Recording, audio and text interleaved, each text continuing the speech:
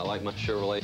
It's not like any truck that I've driven, and I've driven Fords since 1975. And I needed a truck that I felt comfortable hauling lumber as well as driving clients around in. Well, if you punch it, it does really go. I really think Chevy has their act together. I really and truly think they're going to blow them away.